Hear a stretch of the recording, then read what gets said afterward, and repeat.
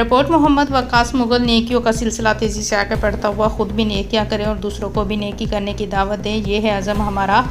तैमूसिनिया के मरीजों के लिए DSP-CTD इमरान अब्बास चद्दर की अपील पर राजपूत ग्रुप ऑफ इंडस्ट्री के राना हसनैन अजमत और राना जैन अजमत की तरफ से तैमूसिनिया फाइटर के लिए 150 ब्लड बैग अदिया किए गए।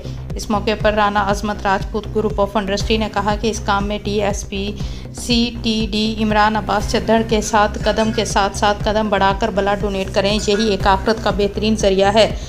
बख्शिश का DSP-CTD इमरान अब्बास चद्दर का कहना है कि हर बंदा अपनी ज़िंदगी में एक मकसद लेके आया है। इंसानियत की खिदमत अल्लाह ताला के नज़दीक कबूल तरीन एक फ़र्ज़ है, जिसके ज़रिए रूहानी सुकून भी मिलता है और दुनिया और आखिरत की बेहतरी और भला भी इसमें है। अपनी ज़िंदगी के थोड़े से वक्त को इंसानियत की खिदमत के लिए वक़्फ़ करके आखिरत में बख्शिश का ज़रिया बनाएं। अपने दोस्त अहबाब, अपने बच्चों को भी इसी चीज़ की तबलीग करें। हम जिस पौधे को दरख्त बनाने का सोच रहे हैं, ये आने वाली नस्लों के तावन के साथ ही मुतवक्के है।